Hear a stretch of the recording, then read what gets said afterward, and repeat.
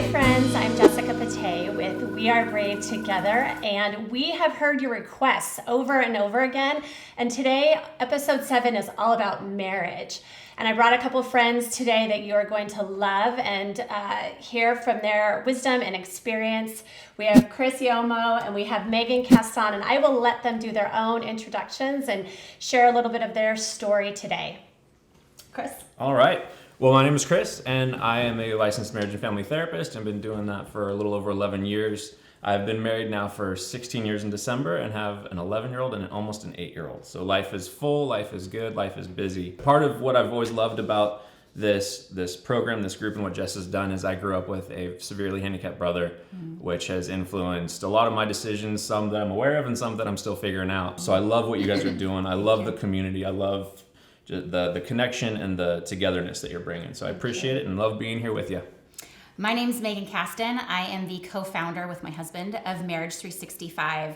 We're a nonprofit and organization dedicated to helping couples from dating all the way to even considering divorce in their marriage and relationships, giving lots of different resources. And it's interesting because when we were chatting before this, him and I are similar. So we've been married 16 years, my husband and I, and we also have 2 kids, ages 11 and 8. So it's we're doing life on the same track. Yes. I'm not a marriage and family therapist, but I'm a certified life and marriage coach. And our son, my son Cordell, has autism. And I used to be a school teacher. Long story short, I knew something was going on early on at 12 months old. And everyone said, "You're crazy. He's just a boy. You're comparing him to your daughter." And sure enough, he had the diagnosis. And so we've been through all the different therapies and just learning how to parent as a special needs mother and that dynamic that it impacts your marriage. I mean, the divorce rate is higher. And so it's just, we love helping marriages in general, but I have a soft space in my heart for couples that have special needs kids because there's a different dynamic. So I'm excited to be here. Thank you. I've been married for 22 and a half years with... We're only at 16 years here. But these guys are the pros, but I can certainly chime in here or there. I've got an 18-year-old who is away at college. I have a 16-year-old son, Ryan, who has special needs. And then I have Kate, who is 14. So I'm in that phase, the teenage phase. And we're just entering it. Oof. Dun, dun, dun. I know. So, Megan, I would love for you to start off by just sharing just some foundational truths to maintaining a healthy, united marriage. Yeah, absolutely. I'm all about being proactive, as I'm sure you are, rather than reactive. So basically, in a nutshell, most couples are more reactive in their marriage. They wait until there are issues. And so some things to keep your marriage strong. We say fight for 15 minutes a day, heart-to-heart conversations where you're not talking about your kids, which is really hard to do. You're not talking about the bills because that's not sexy. But you're just having great conversations, fears, feelings, goals, aspirations, things that you're concerned about. And I think we all have the desire in marriage to sit down and we want to connect with our spouse, but we're tired from taking care of kids, from working. Maybe both of you are working and you come home and you just, you're just, I use the word surviving. You're not thriving. And so fight for that 15 minutes a day where you're able to sit on the couch or take a walk or play a card game together. I'm plugging my own book only because we wrote it for this exact reason. It's 365 connecting questions for couples. And really it's a question a day. It's open-ended.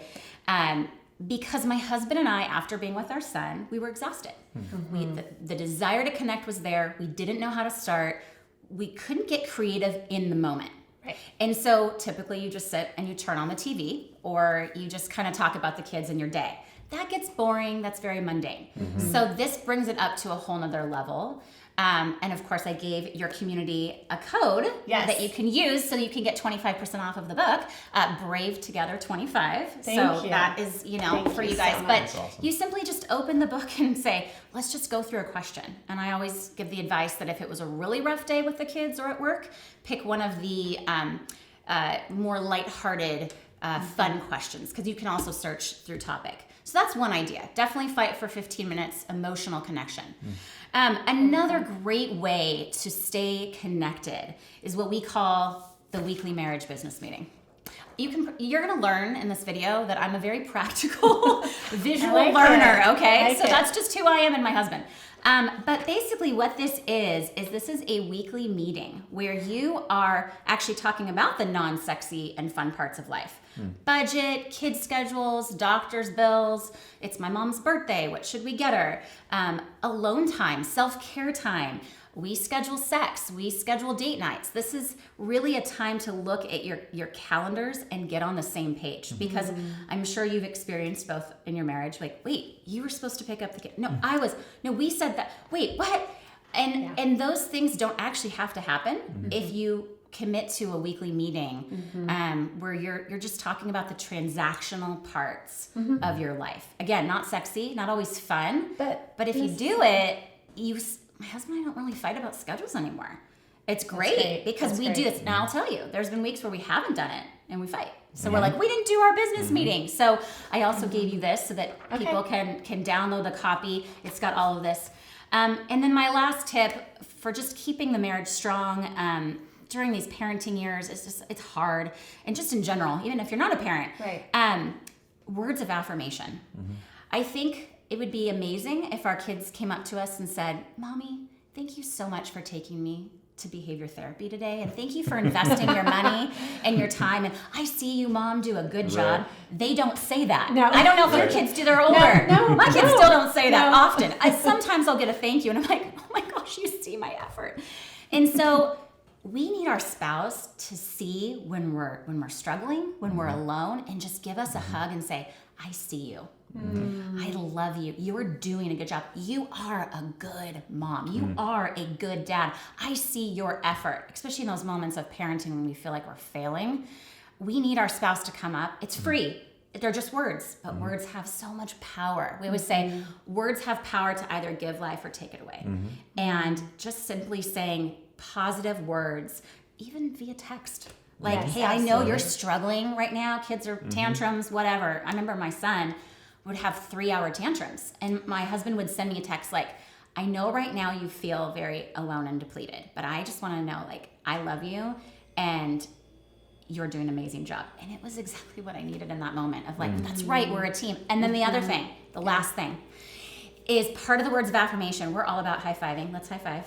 Okay. So my husband and I, we say Team Caston because that's our last name. So I always say, fill in your last name.